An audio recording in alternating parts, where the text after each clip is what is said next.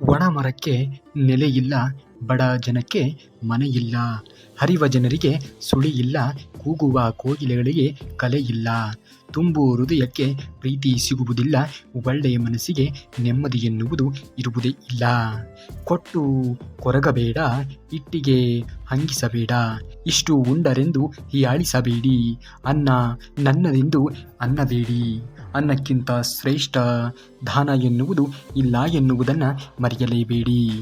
ಕೋಪದಲ್ಲಿ ಇದ್ದಾಗ ಎಂದಿಗೂ ಕೂಡ ಉತ್ತರವನ್ನು ಕೊಡುವುದಕ್ಕೆ ಹೋಗಬೇಡಿ. ಖುಷಿಯಲ್ಲಿ ಇದ್ದಾಗ ಎಂದೂ ಕೂಡ ಮೈ ಮರೆತು ಮಾತನಾಡುವುದಕ್ಕೆ ಹೋಗಬೇಡಿ.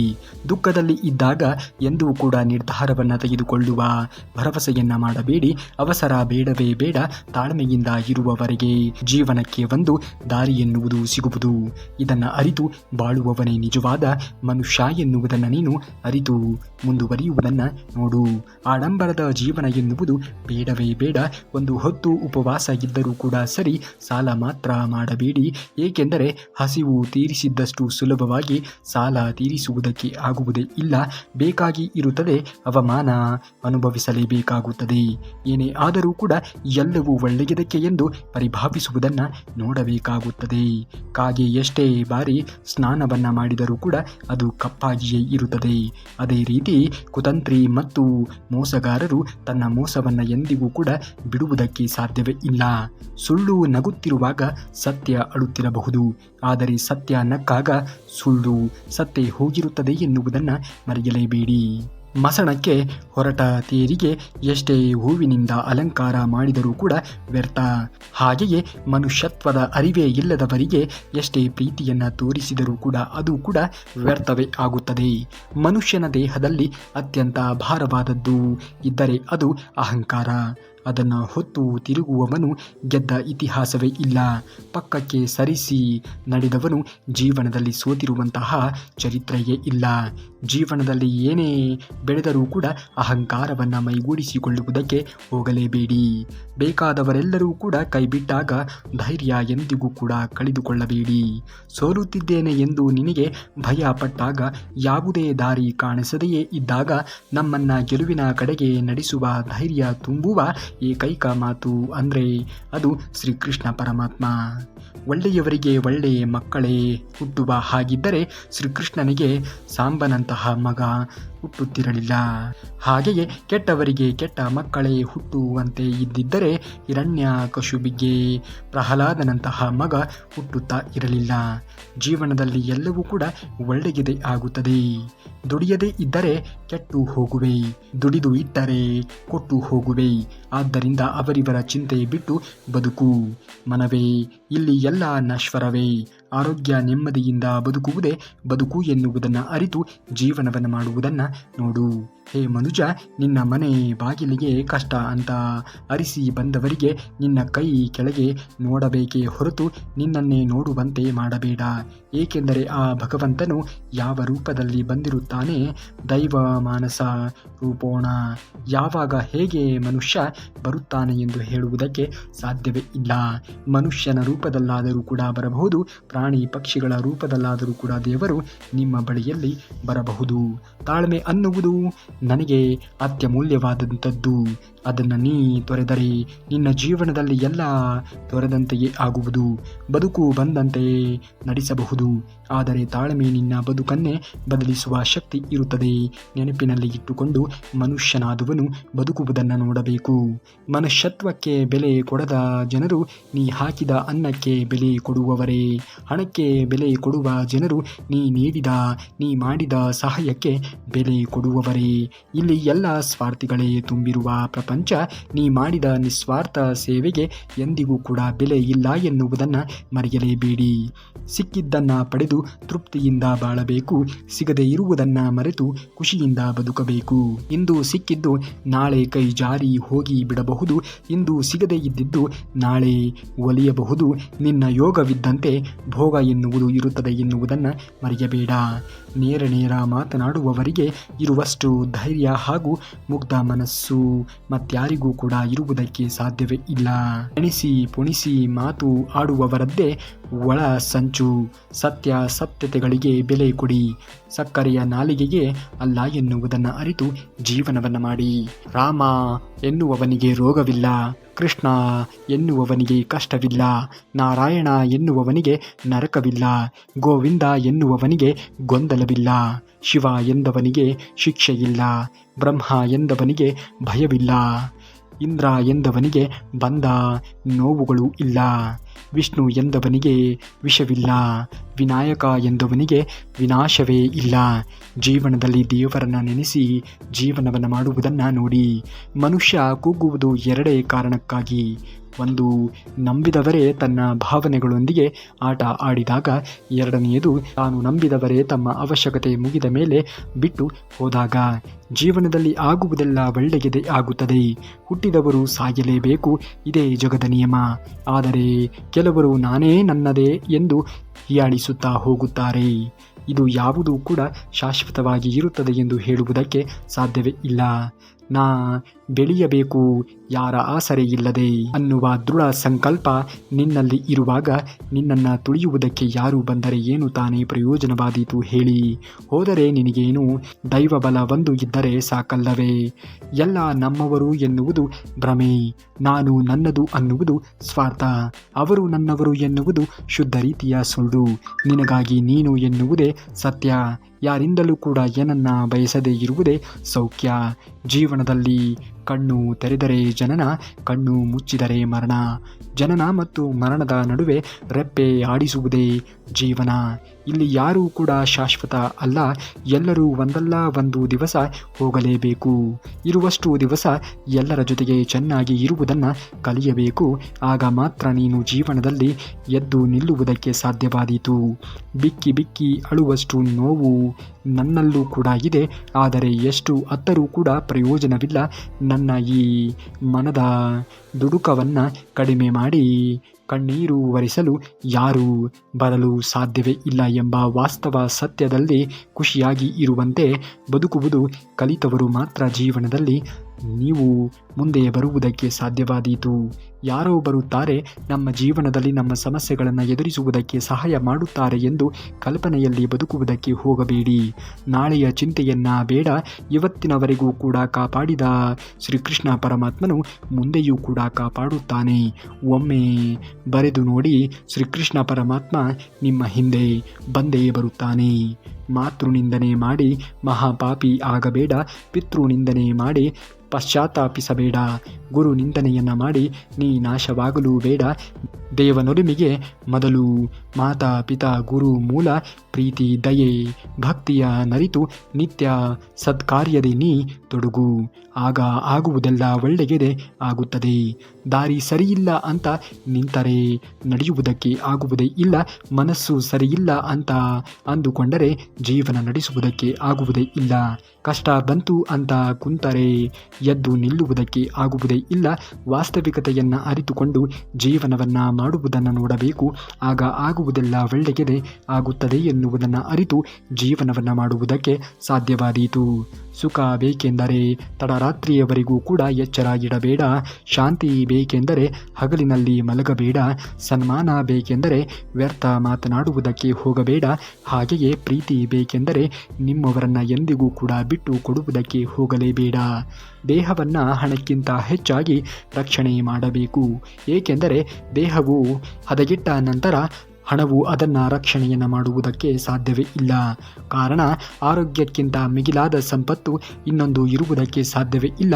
ಆರೋಗ್ಯವನ್ನು ಕಡೆಗಣಿಸದೆ ನೋಡಿಕೊಳ್ಳಿ. ನಿಮ್ಮ ಜೀವನ ಎನ್ನುವುದು ಪಾವನವಾಗುವುದು. ಸತ್ಯ ಯಾವಾಗಲೂ ಕೂಡ ಒಂಟಿ. ಸತ್ಯಕ್ಕೆ ಧೈರ್ಯ ಹೆಚ್ಚು. ಹಾಗಾಗಿ ಒಂಟಿಯಾಗಿಯೇ ಸಾಗುತ್ತಾ ಹೋಗುತ್ತದೆ. ನಡೆದು ಹೋಗಿದ್ದು ಮರೆತು ಹೋಗಿದ್ದು ಮುಗಿದು ಹೋಗಿರುವುದು. ಬಿಟ್ಟು ಹೋದವರು ಮರೆತು ಹೋದವರನ್ನು ಮರೆತು ಬಿಡಿ. ಆದರೆ ಅವರಿಂದ ಕಲಿತಿರುವಂತಹ ಪಾಠವನ್ನು ಎಂದಿಗೂ ಕೂಡ ಮರೆಯುವುದಕ್ಕೆ ಹೋಗಬೇಡಿ. ಕಾಯಲು ಮೇಲೊಬ್ಬ ಇರುವಾಗ ಕೊಂಕು ಮಾತುಗಳಿಗೆ ಏಕೆ ಕೊರಗುತ್ತೀರಾ? ಯಾರನ್ನೂ ಕೂಡ ನಂಬಿ ನೀವು ಈ ಭೂಮಿಯ ಮೇಲೆ ಬಂದಿಲ್ಲ ಎನ್ನುವುದು ಎಷ್ಟು ಸತ್ಯವೋ, ಯಾರಾದರೂ ನಮ್ಮೊಂದಿಗೆ ಇರುತ್ತಾರೆ ಎನ್ನುವುದು ಕೂಡ ನಿರೀಕ್ಷೆ ಬೇಡವೇ ಬೇಡ. ನನ್ನವರು ನನ್ನವರು ಎಂದು ಬಾಯಿ ಬಡಿದುಕೊಳ್ಳಬೇಡಿ. ಒಮ್ಮೆ ಹಿಂದಿನದ್ದನ್ನು ನೆನಪಿಸಿಕೊಳ್ಳಿ. ನೀನು ಬಿದ್ದಾಗ ನಿನ್ನವರು ಯಾರು ಇದ್ದರು ಎಂದು, ಬಿದ್ದಾಗ ಯಾರು ನಿನಗೆ ಬಂದು ಸಹಾಯವನ್ನು ಮಾಡಿದರು ಎಂದು.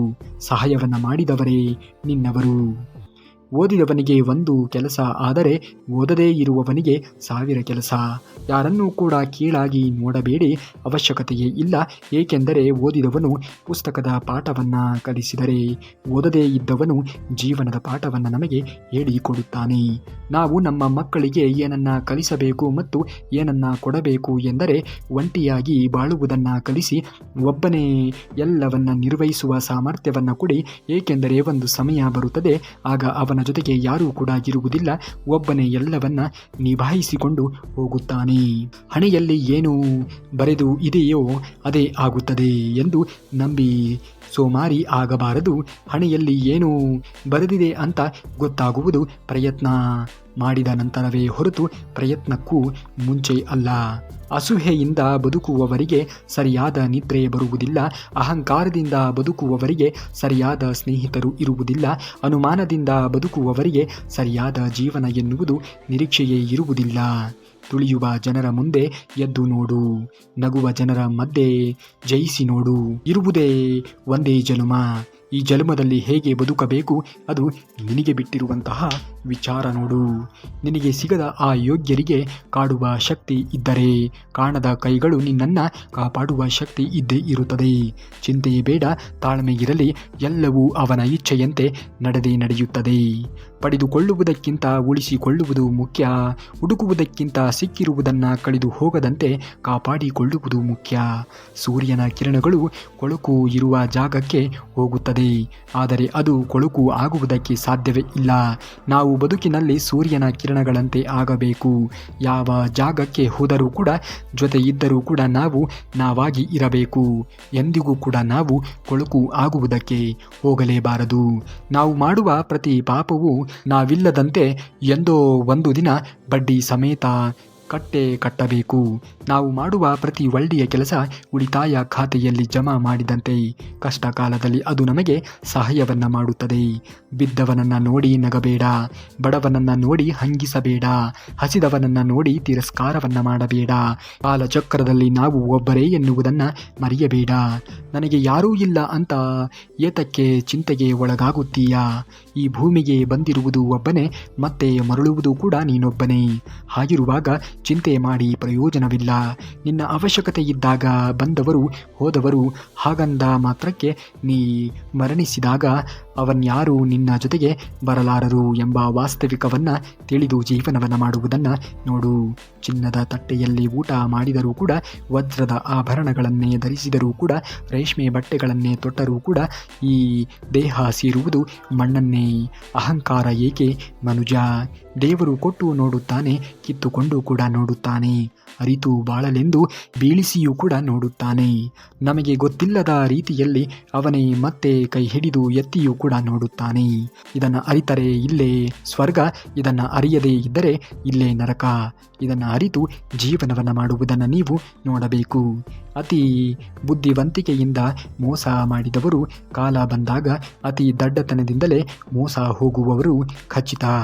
ಉಪವಾಸ ಇದ್ದುಕೊಂಡು ಸಂಪಾದನೆಯನ್ನು ಮಾಡು, ನಾಳೆ ನಿನ್ನ ಮಕ್ಕಳಿಗೆ ಒಳ್ಳೆಯದು ಆಗುತ್ತದೆ. ಆದರೆ ಬೇರೆಯವರ ಹೊಟ್ಟೆಗೆ ಒಡೆದು ಸಂಪಾದನೆಯನ್ನು ಮಾಡಬೇಡ, ಅದು ನಿನ್ನ ಮಕ್ಕಳಿಗೆ ಸುತ್ತಿಕೊಂಡು ಬರುತ್ತದೆ. ಕತ್ತಲಲ್ಲಿ ಇರುವೆ ಎಂದು ಕೊರಗಬೇಡ. ಬಾಳುವ ಅತ್ಯಂತ ಅತ್ಯಮೂಲ್ಯವಾಗಿರುವಂತಹ ವಸ್ತುಗಳು ಕೂಡ ಹೊಳೆಯುವುದು ಕತ್ತಲಲ್ಲೇ ಎನ್ನುವುದನ್ನು ತಿಳಿದು ಜೀವನವನ್ನು ಮಾಡುವುದನ್ನು ನೋಡು. ಭಗವಂತ ಪ್ರೇರಣೆಯಿಂದ ಯಾವಾಗ ಏನು ಆಗಬೇಕೋ ಅದು ಹಾಗೇ ಆಗುತ್ತದೆ. ಯಾರ ಹಣೆ ಬರಹ ಯಾರೂ ಬದಲಿಸಲು ಸಾಧ್ಯವಿಲ್ಲ. ಆದರೆ ನಡೆಯುವ ಹಾದಿ ಸ್ಪಷ್ಟ ಮತ್ತು ಮಾಡುವ ಪ್ರಯತ್ನ ನಿರಂತರವಾಗಿ ಇರಬೇಕು ಮಾತ್ರ. ಮಳೆಯ ಹನಿ ಸಣ್ಣದ್ದು ಇರಬಹುದು, ಅದು ಬಿಡದೆ ಸುರಿದರೆ ದೊಡ್ಡ ದೊಡ್ಡ ನದಿಗಳೇ ಉಕ್ಕಿ ಹರಿಯುತ್ತದೆ. ಪ್ರಯತ್ನ ಸಣ್ಣದ್ದಾದರೂ ಕೂಡ ಪರವಾಗಿಲ್ಲ, ನಿರಂತರವಾಗಿ ಇದ್ದರೆ ದೊಡ್ಡ ಸಾಧನೆ ಮಾಡಲು ಸಾಧ್ಯವೇ ಇಲ್ಲ ಎಂದು ಯಾರೂ ಕೂಡ ಹೇಳಲು ಸಾಧ್ಯವಾದೀತು ಹೇಳಿ. 1000 ಅಡಿ ಎತ್ತರದಿಂದ ಬಿದ್ದರೂ ಸಹ ಸಾಸಿವೆ ಸ್ವಲ್ಪವೂ ಸದ್ದು ಮಾಡುವುದಿಲ್ಲ, ಆದರೆ ಪಾತ್ರೆಗೆ ಬಿದ್ದ ತಕ್ಷಣ ಸಿಡಿಯುತ್ತದೆ. ಹಾಗೆಯೇ ಕೆಲವು ಮನುಷ್ಯರ ಗುಣ ಅರಿವಾಗಲು ಮತ್ತು ಸ್ಥಳ ಬದಲಾಗಬೇಕಾಗುತ್ತದೆ ಎನ್ನುವುದನ್ನು ಮರೆಯಲೇಬೇಡಿ. ಒಳ್ಳೆಯದನ್ನು ಯೋಚನೆ ಮಾಡಿ, ಒಳ್ಳೆಯದನ್ನು ಮಾತನಾಡಿ, ಒಳ್ಳೆಯದನ್ನು ಮಾಡಿ. ಏಕೆಂದರೆ ಬೇರೆಯವರಿಗೆ ನೀವು ಏನು ನೀಡಿರುವಿರೋ ಅದೇ ನಿಮಗೆ ಮರಳಿ ಬರುತ್ತದೆ. ಹಿಂದಕ್ಕೆ ನೋಡಿದರೆ ಅನುಭವ ಸಿಗುತ್ತದೆ, ಮುಂದಕ್ಕೆ ನೋಡಿದರೆ ಭವಿಷ್ಯ ಸಿಗುತ್ತದೆ, ಸುತ್ತಲೂ ನೋಡಿದರೆ ಸತ್ಯ ಅರಿವಾಗುತ್ತದೆ. ನಮ್ಮೊಳಗೆ ನಾವು ನೋಡಿಕೊಂಡಾಗ ಆತ್ಮವಿಶ್ವಾಸ ಎನ್ನುವುದು ಹೆಚ್ಚಾಗುತ್ತದೆ. ಹೆಜ್ಜೆಗಳು ದಾರಿಯನ್ನು ತೋರಿಸಿದರೆ ಕಷ್ಟಗಳು ಗುರಿಯನ್ನು ಮುಟ್ಟಿಸುತ್ತದೆ. ಕೆಲವರು ಮನೆ ಬದಲಾಯಿಸುತ್ತಾರೆ, ಊರು ಬದಲಾಯಿಸುತ್ತಾರೆ, ಬಟ್ಟೆಯನ್ನು ಕೂಡ ಬದಲಾಯಿಸುತ್ತಾರೆ, ಸಂಬಂಧಗಳನ್ನು ಕೂಡ ಬದಲಾಯಿಸುತ್ತಾರೆ. ಅಷ್ಟೇ ಏಕೆ, ಸ್ನೇಹಿತರನ್ನು ಕೂಡ ಬದಲಾಯಿಸುತ್ತಾರೆ. ಆದರೆ ಅವರಿಗೆ ನೆಮ್ಮದಿ ಇರುವುದಿಲ್ಲ, ಏಕೆಂದರೆ ಅವರು ತಮ್ಮನ್ನು ತಾವು ಬದಲಿಸಿಕೊಳ್ಳುವುದಕ್ಕೆ ಹೋಗುವುದೇ ಇಲ್ಲ. ಇದನ್ನು ಅರಿತು ಜೀವನವನ್ನು ಮಾಡುವುದನ್ನು ನೋಡಬೇಕು. ಎಲ್ಲರೂ ಕೂಡ ನಮ್ಮವರೇ ಎಂದು ನೀನು ಕೊರಗಬೇಡ. ಕಾಲವೇ ಹೇಳಿತು, ನೀನು ಹುಡುಕಿಕೊಂಡು ಹೋದವರು ಯಾರೂ ಕೂಡ ನಿನ್ನವರಲ್ಲ. ನಿನ್ನನ್ನು ಯಾರು ಹುಡುಕಿಕೊಂಡು ಬರುತ್ತಾರೆಯೋ ಅವರು ಮಾತ್ರ ನಿನ್ನವರು. ಇದನ್ನು ನೆನಪಿನಲ್ಲಿ ಇಟ್ಟುಕೊಂಡು ಜೀವನವನ್ನು ಮಾಡುವುದನ್ನು ನೋಡು. ಇನ್ನೊಬ್ಬರ ನೆಮ್ಮದಿಗೆ ಬೆಂಕಿಯನ್ನು ಹಚ್ಚಿ ತಾನು ಖುಷಿಯಾಗಿ ಇರುತ್ತೀನಿ ಅನ್ನುವುದು ಶತಮೂರ್ಖತನ. ಇಲ್ಲಿ ಯಾರ ಕಣ್ಣು ತಪ್ಪಿದರೂ ಕೂಡ ಬದುಕಬಹುದು, ಆದರೆ ಮೇಲೆ ಇರುವಂತಹ ಭಗವಂತನ ಕಣ್ಣಿನಿಂದ ತಪ್ಪಿಸಿಕೊಂಡು ಬದುಕುವುದಕ್ಕೆ ಸಾಧ್ಯವೇ ಇಲ್ಲ. ಏ ಮನುಜ, ನಿನ್ನನ್ನು ನೋಡಿ ತೆಗಳುವವರು, ನಿನ್ನನ್ನು ನೋಡಿ ಉಗುಳುವವರು, ನಿನ್ನನ್ನು ನೋಡಿ ಹೀಯಾಳಿಸಿದವರು, ನಗುವವರು, ಅವಮಾನಿಸುವವರು, ಇವರೆಲ್ಲರೂ ಕೂಡ ಹಾಗೆಂದು ಮಾತ್ರಕ್ಕೆ ನಿನ್ನ ಬೆಲೆ ಏನೂ ಕಡಿಮೆ ಆಗುವುದೇ ಇಲ್ಲ. ಅವರ ಯೋಗ್ಯತೆಗೆ ಅಷ್ಟೇ. ಅವರಿಗೋಸ್ಕರ ಬದುಕಬೇಡ, ನಿನ್ನಗೋಸ್ಕರ ಬದುಕು. ಸಮಯ ಆ ಸಮಯಕ್ಕೋಸ್ಕರ ಕಾಯುತ್ತಾ ಇರುತ್ತದೆ ಎನ್ನುವುದನ್ನು ಮರೆಯಲೇಬೇಡ. ಭಯಪಟ್ಟು ಕುಳಿತರೆ ಬದುಕುವುದು ಅಸಾಧ್ಯ. ತಪ್ಪೋ ಸರಿಯೋ ಮುಂದೆ ಹೆಜ್ಜೆಯನ್ನು ಹಾಕಿ ನೋಡು. ಗೆದ್ದರೆ ಮುಂದಕ್ಕೆ ನಡೆಯುತ್ತದೆ, ಸೋತರೆ ಮುಂದೆ ನೀನು ಹೇಗೆ ನಡೆಯಬೇಕು ಎನ್ನುವುದನ್ನು ನಿನಗೆ ತಿಳಿಸಿಕೊಡುತ್ತದೆ. ನೆಲಸಮ ಮಾಡಬೇಕು ಎಂದು ಯಾರಾದರೂ ನಿಮ್ಮನ್ನು ತುಳಿದು ಯತ್ನವನ್ನು ಪಟ್ಟಾಗ ಚಿಂತೆಗೆ ಒಳಗಾಗಬೇಡ. ಮುಂದೊಮ್ಮೆ ಹೆಮ್ಮರವಾಗಿ ಭೂಮಿಯಲ್ಲಿ ಹೂತ ಬೀಜವೇ ಬೆಳೆಯುವುದು. ಆತ್ಮಸ್ಥೈರ್ಯ ಎನ್ನುವುದು ಗೊಬ್ಬರವಾಗಬೇಕು. ಆಗ ನಿಮ್ಮ ಬೆಳವಣಿಗೆಯನ್ನು ತಡೆಯುವುದಕ್ಕೆ ಯಾವ ಕ್ರಿಮಿ ಕೀಟಗಳಿಂದಲೂ ಕೂಡ ಸಾಧ್ಯವೇ ಇಲ್ಲ ಎನ್ನುವುದನ್ನು ಅರಿತು ಜೀವನವನ್ನು ಮಾಡಿ. ಬಲವಂತವಾಗಿ ಪಡೆದದ್ದು ಬಹುಕಾಲ ಉಳಿಯುವುದೇ ಇಲ್ಲ. ಮನ ನೋಯಿಸಿ ಪಡೆದದ್ದು ನಿನ್ನ ಮನೆ ಹಾಳು ಮಾಡದೆಯೇ ಹೊರಡದು. ನ್ಯಾಯವಾಗಿ ದುಡಿದದ್ದು ನಿನ್ನ ಬಿಟ್ಟು ಹೋದರೂ ಮತ್ತೆ ನಿನ್ನಲ್ಲಿಗೆ ಬರುತ್ತದೆ ಎನ್ನುವುದನ್ನು ಮರೆಯಲೇಬೇಡಿ. ಕೆಸರು ನೀರನ್ನು ಸ್ವಲ್ಪ ಹೊತ್ತು ಅದರ ಪಾಡಿಗೆ ಬಿಟ್ಟರೆ ತಿಳಿಯಾಗುತ್ತದೆ. ಬಿಸಿ ನೀರನ್ನು ಸ್ವಲ್ಪ ಹೊತ್ತು ಬಿಟ್ಟರೆ ತಣ್ಣಗೆ ಆಗುತ್ತದೆ. ಸ್ವಲ್ಪ ಕಾದರೆ ಎಲ್ಲವೂ ಕೂಡ ನಮ್ಮ ನಿರೀಕ್ಷೆಗೆ ತಕ್ಕ ಹಾಗೆ ಬದಲಾವಣೆ ಆಗುತ್ತದೆ. ಆದರೆ ಕಾಯಬೇಕು ಅಷ್ಟೇ. ಅವಸರ ಪಟ್ಟರೆ ಎಲ್ಲವೂ ಕೂಡ ಹಾಳಾಗುತ್ತದೆ. ಬಿಡುವು ಇದ್ದಾಗ ಹಣ ಇರುವುದಿಲ್ಲ, ಹಣವಿದ್ದಾಗ ಬಿಡುವು ಇರುವುದಿಲ್ಲ. ಹಣ ಮತ್ತು ಬಿಡುವು ಎರಡೂ ಇದ್ದ ದೇಹದಲ್ಲಿ ಶಕ್ತಿ ಇರುವುದಿಲ್ಲ. ಏನು ಅರಿಯದ ವಯಸ್ಸಿನಲ್ಲಿ ಸಂತೋಷವಾಗಿ ಇರುತ್ತೇವೆ, ಎಲ್ಲ ಗೊತ್ತಾಗುವ ವಯಸ್ಸಿನಲ್ಲಿ ಸಂತೋಷಕ್ಕಾಗಿ ಹುಡುಕಾಡುತ್ತಲೇ ಇರುತ್ತೇವೆ. ಹಣವು ಒಂದು ಸಣ್ಣ ನಾಣ್ಯ, ಆರೋಗ್ಯ ಒಂದು ದೊಡ್ಡ ನಾಣ್ಯ, ಪ್ರೀತಿ ಒಂದು ಅಮೃತದಂತಹ ನಾಣ್ಯ, ಸಂಬಂಧವು ಸಿಹಿ ನಾಣ್ಯ, ಆದರೆ ಸ್ನೇಹವು ಚಿನ್ನದ ನಾಣ್ಯ. ಇವುಗಳನ್ನು ಅರಿತು ಜೀವನವನ್ನು ಮಾಡುವುದನ್ನು ನಾವು ನೋಡಬೇಕು. ಯಾರೇ ಆಗಲಿ ಮರ್ಯಾದೆ ಹೋಯಿತು ಅಂತ ಚಿಂತಿಸಿ ಸಾವಿನ ದಾರಿ ಹಿಡಿಯುವುದು ಸೂಕ್ತವಲ್ಲ. ಒಮ್ಮೆ ಕಣ್ಣು ಬಿಟ್ಟು ಸರಿಯಾಗಿ ನೋಡಿ. ನಿಮ್ಮ ಸುತ್ತಮುತ್ತ ಕೆಲವರು ಮೂರು ಬಿಟ್ಟವರೇ ಇರುತ್ತಾರೆ ಎನ್ನುವುದನ್ನು ಮರೆಯಲೇಬೇಡಿ. ಎಲ್ಲರಿಗೂ ಕೂಡ ನೋವು ಸಮಸ್ಯೆಗಳು ಇರುವುದು ಸಹಜ. ಆದರೆ ಅವುಗಳನ್ನು ಮೆಟ್ಟಿ ನಡೆಯುವುದನ್ನು ಮನುಷ್ಯ ಕಲಿಯದೇ ಹೋದರೆ ಜೀವನದಲ್ಲಿ ಮುಂದೆ ಬರುವುದಕ್ಕೆ ಸಾಧ್ಯವೇ ಆಗುವುದಿಲ್ಲ. ನೀವು ಏಕೆ ಅನಗತ್ಯವಾಗಿ ಚಿಂತೆಗೆ ಒಳಗಾಗುತ್ತಿರುವಿರಿ? ಯಾರಿಗಾಗಿ ಏಕೆ ಹೆದರುತ್ತೀರಿ? ಯಾರು ನಿಮ್ಮನ್ನು ಕೊಲ್ಲಲು ಸಾಧ್ಯ? ಅಂತಿಮವಾಗಿ ಆತ್ಮ ಹುಟ್ಟುತ್ತದೆ ಅಥವಾ ಸಾಯುತ್ತದೆ ಅಷ್ಟೇ ಅಲ್ಲವೇ? ಒಳ್ಳೆಯದು ಸೋತಿರಬಹುದು, ಆದರೆ ಸಾಯುವುದೇ ಇಲ್ಲ. ಕೆಟ್ಟದ್ದು ಗೆದ್ದಿರಬಹುದು, ಆದರೆ ಖಂಡಿತ ಉಳಿಯುವುದಿಲ್ಲ. ಮೆಚ್ಚಿಸುವುದಕ್ಕಾಗಿ ಬದುಕಬೇಡ, ಇಚ್ಛಿಸಿದಂತೆ ಬದುಕು. ಜನರು ದೇವರನ್ನೇ ಮೆಚ್ಚಲಿಲ್ಲ, ಇನ್ನು ನೀನು ಯಾವ ಲೆಕ್ಕ? ಮೋಸ ಮಾಡಿದ್ದಾರೆ ಎಂದು ದ್ವೇಷ ಪ್ರತೀಕಾರವನ್ನ ತೀರಿಸಿಕೊಳ್ಳಲು ಹೋಗಬೇಡಿ, ಮೌನವಾಗಿ ಇರಿ. ಕೊಳಿತು ಹೋದ ಹಣ್ಣುಗಳನ್ನ ಗಿಡ ಓರುವುದೂ ಇಲ್ಲ, ತನ್ನಷ್ಟಕ್ಕೆ ತಾನೇ ಉದುರಿ ಹೋಗುತ್ತದೆ. ಆ ಪಾಪ ನಮ್ಮ ಕೈಗಳಿಗೆ ಅಂಟಿಕೊಳ್ಳುವುದು ಏಕೆ? ಅವರು ಮಾಡಿರುವಂತಹ ಪಾಪ ಕೃತ್ಯಗಳಿಗೆ ಅವರೇ ಪ್ರತಿಫಲವನ್ನು ಅನುಭವಿಸುತ್ತಾರೆ. ನಿಮ್ಮ ಕೆಲಸ ಕಾರ್ಯಗಳನ್ನು ಶ್ರದ್ಧೆಯಿಂದ ಮಾಡುತ್ತಾ ಮುಂದುವರಿಯುವುದನ್ನು ನೋಡಿ ಆಗುವುದೆಲ್ಲ ಒಳ್ಳೆಯದೇ ಆಗುತ್ತದೆ. ನೀವೇನಾದರೂ ಶ್ರೀಕೃಷ್ಣ ಪರಮಾತ್ಮನ ಭಕ್ತರೇ ಆಗಿದ್ದರೆ ತಪ್ಪದೆ ಈ ವಿಡಿಯೋಗೆ ಒಂದು ಲೈಕನ್ನು ಮಾಡಿ ಹಾಗೂ ಜೈ ಶ್ರೀಕೃಷ್ಣ ಪರಮಾತ್ಮ ಎಂದು ಕಾಮೆಂಟನ್ನು ಮಾಡಿ. ಇನ್ನು ನಾಳೆ ಶ್ರೀಕೃಷ್ಣ ಪರಮಾತ್ಮನ ವಚನಾಮೃತದೊಂದಿಗೆ ಮತ್ತೆ ನಿಮ್ಮ ಮುಂದೆ ಬರುವವರೆಗೂ ಧನ್ಯವಾದ. ಕರುನಾಡಿಗೆ.